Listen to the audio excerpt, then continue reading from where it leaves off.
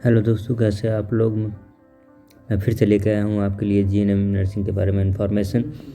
और आज मैं आपको बताने जा रहा हूँ सब्जेक्ट और सिलेबस के बारे में पूरी डिटेल्स, जिससे आपको आसानी होगी अपने फर्स्ट ईयर के बुक्स और उनके तरीक़ों, उनके जो जितने भी एग्ज़ाम में जो पेपर आते हैं, ठीक है, उनको समझने में और उनसे रिलेटेड क्वेश्चन को जानने में।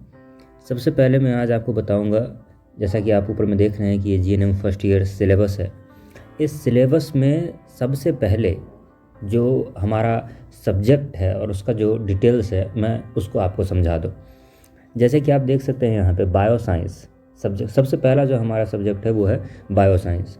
बायोसाइंस में आता है ये anatomy and psychology and microbiology. ये इम्पॉर्टेंट है। और मैं नेक्स्ट वीडियो में आपको ये भी बताऊंगा कि कौन से सब्जेक्ट से कितने मार्क्स का क्वेश्चन पूछा जाता है। फ़िलहाल आज मैं बता रहा हूँ सब्जेक्ट और उसके डिटेल्स। तो सबसे पहले मैंने आपको बताया कि ये बायोसाइंस, जिसमें कि एनाटॉमी आता है, साइकोलॉजी और माइक्रोबायोलॉजी है। दूसरा है हमारा बिहेवियरल साइंस। आप इसमें देख सकते हैं, इसमें साइकोलॉजी और सोशियोलॉजी दोनों है। आप कहेंगे इसमें भी है साइकोलॉजी और इसमें भी है साइकोलॉजी, है ना।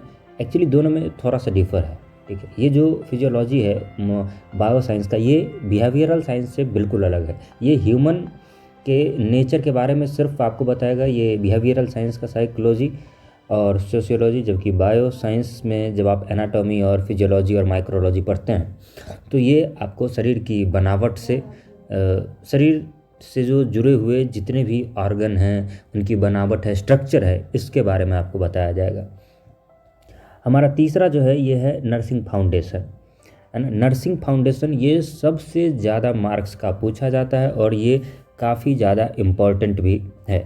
इसमें आप एक चीज़ देख सकते हैं कि हमारा जो ये मैंने कहा नर्सिंग फाउंडेशन, इस नर्सिंग फाउंडेशन में ये हमारा पूरा का पूरा जो fundamental of nursing and first add है, ये सबसे इम्पॉर्टेंट है ना। इसलिए सबसे ज़्यादा ध्यान आपको इसी पे देना चाहिए। इसकी बुक अलग से आती है, नर्सिंग फाउंडेशन करके ही, fundamental of nursing and first aid, ये सबसे इम्पॉर्टेंट।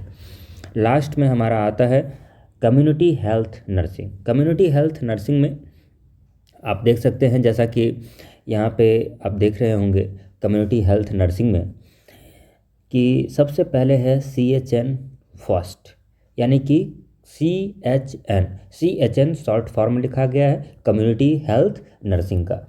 आप इसको CHN जनरली आप नहीं लिखेंगे, लेकिन ये जो कम्युनिटी हेल्थ नर्सिंग है, आप देख सकते हैं डायरेक्टली यहाँ लिखा हुआ है शॉर्ट फॉर्म में CHN1, यानी कि फर्स्ट चैप्टर, फर्स्ट जो इसका पार्ट है।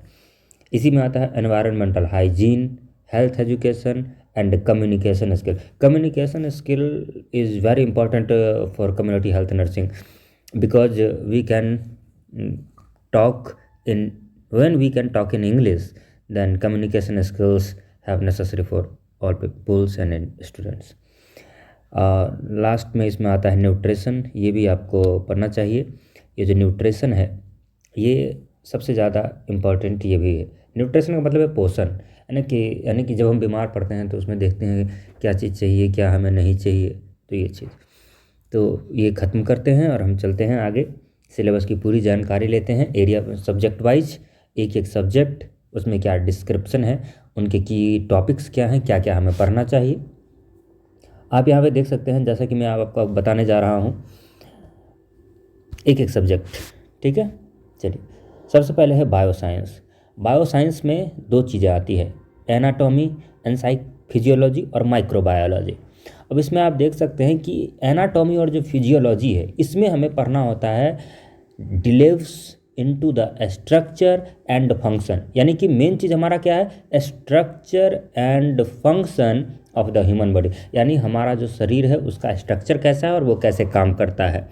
And crucial for effective nursing care, और जो नर्सिंग है इसमें जो हम मरीजों का ध्यान रखते हैं, है ना, ये कैसे करना चाहिए। ये आप देख सकते हैं की टॉपिक्स है इसके, यानी कि क्या क्या इसमें पढ़ सकते हैं। तो एनाटॉमिकल टर्मिनोलॉजी है, बॉडी का ऑर्गेनाइजेशन है कि शरीर कैसे कैसे बना है, किस किस चीज़ों से बना है, हमारा सर्कुलेटरी सिस्टम जो है यानी कि जो हम सांस लेते हैं, और भी बहुत सारी चीज़ें हैं। ठीक है, तो ये सारी चीज़ें कैसे होंगी, ये सारी चीज़ें पूछी जा सकती हैं इसमें। और भी है रेस्पिरेटरी सिस्टम, डाइजेस्टिव सिस्टम, ये सब आपने पढ़ा भी होगा। ठीक है, तो ये हो गया। दूसरा हमारा आता है, आप देख सकते हैं यहाँ पे दूसरा हमारा है बिहेवियरल साइंस। बिहेवियरल साइंस में साइकोलॉजी है।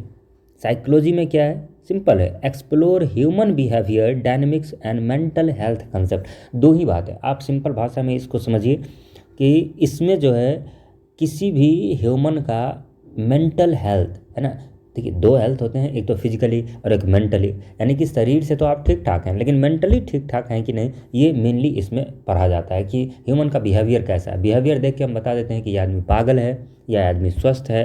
ठीक है, इसी में है कि हमारे माइंड का स्ट्रक्चर कैसा है, हम किसी भी चीज़ को कितनी जल्दी सीखते हैं, हमारा पर्सनालिटी कैसा है, और हम कितने तेज़ हैं। ये सारी बातें डिपेंड करती हैं एक ही चीज़ पे, और वो है हमारा बिहेवियरल साइंसेस। That's clear. अब यह जो है, इसके बाद हम चलते हैं नर्सिंग फाउंडेशन पे। आप नर्सिंग फाउंडेशन में देखेंगे कि फंडामेंटल ऑफ नर्सिंग है। फंडामेंटल ऑफ नर्सिंग मैंने पहले ही कहा है, फंडामेंटल ऑफ नर्सिंग जो है ये काफ़ी इम्पॉर्टेंट है। फंडामेंटल ऑफ नर्सिंग, इसमें क्या आता है, तो covers nursing principles and patient care essential. मैंने पहले ही कहा, यानी कि किसी भी पेशेंट का केयर कैसे करना है, और किसी भी जो भी नर्सिंग है इसका सिद्धांत क्या है ना, कुछ लॉ होते हैं, ये क्या है, पेशेंट असेसमेंट, इन्फेक्शन कंट्रोल, है ना, थेराप्यूटिक नर्सिंग केयर, ये सारी चीज़ें इसमें आती है।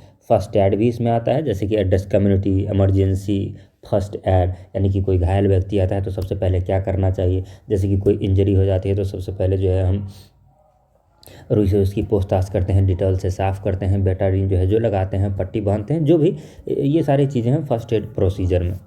ये कब किया जाता है, तो सिंपल सी बात है, इमरजेंसी रिस्पॉन्स फर्स्ट टेक्निक, ये भी बताया जाता है कि एक हम ऐसी कौन सी टेक्निक अपनाएं कि बहुत तेज़ी से जो है जो इमरजेंसी में पेशेंट आए हैं, जो छिला हुआ है, जला हुआ है, पका हुआ है, और भी बहुत सारी चीज़ें, इसको हम कवर कैसे करें।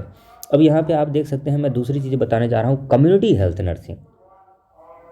कम्युनिटी हेल्थ नर्सिंग में आप देख सकते हैं, ये इसमें आपको बताया जाएगा कम्युनिटी हेल्थ नर्सिंग के सिद्धांत क्या हैं, इसका हेल्थ असेसमेंट यानी उपचार कैसे करें, और फैमिली हेल्थ नर्सिंग केयर यानी कि परिवार यानी पूरे परिवार का जो स्वास्थ्य है ना, उसका ध्यान कैसे रखा जाए, इसके बारे में ये आप पहले ही जान चुके हैं। हेल्थ असेसमेंट है, इसमें एपिडेमोलॉजी है, फैमिली हेल्थ नर्सिंग है। अच्छा, ये जो लॉजी वाला है ना, जिसमें कि एपिडेमोलॉजी है, हेमेटोलॉजी है, कोसोलॉजी है, बहुत सारा है, ये मैंने एक शॉर्ट वीडियो में डाल रखा है, आप वहाँ देख सकते हैं। ये सारे लॉजी जो जुड़े वर्ड हैं, ये किसका स्टडी करता है, इसके बारे में आप जान सकते हैं। अच्छा, इसी में एक चीज़ और आता है यहाँ पे, एनवायरनमेंटल हाइजीन, है ना।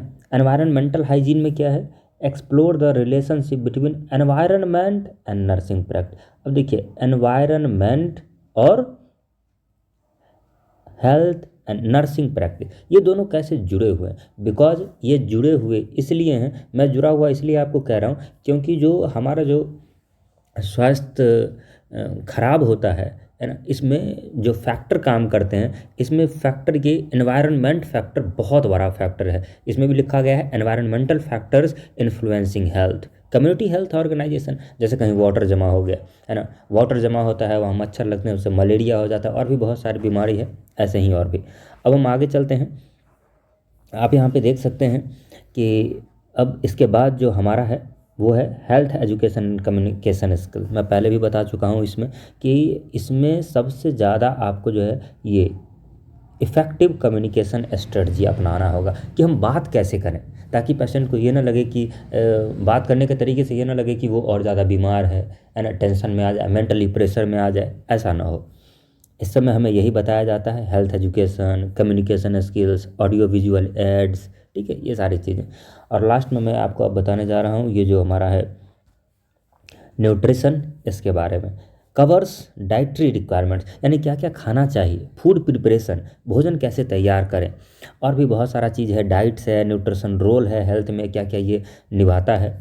जब मैं सब्जेक्ट और सिलेबस कवर कर रहा हूँ, जब मैं इसको एक एक करके चैप्टर वाइज और टॉपिक वाइज पढ़ाऊँगा, उसमें मैं ये सारी चीज़ें क्लियर कर दूँगा। अभी मैं सिर्फ सिलेबस और सब्जेक्ट को जो है वेरीफाई कर रहा हूँ।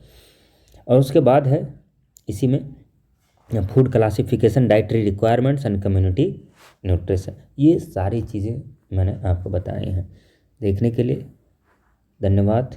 लाइक, कमेंट, शेयर और सब्सक्राइब जरूर करें ऐसे ही वीडियो पाने के लिए। ठीक है, थैंक यू।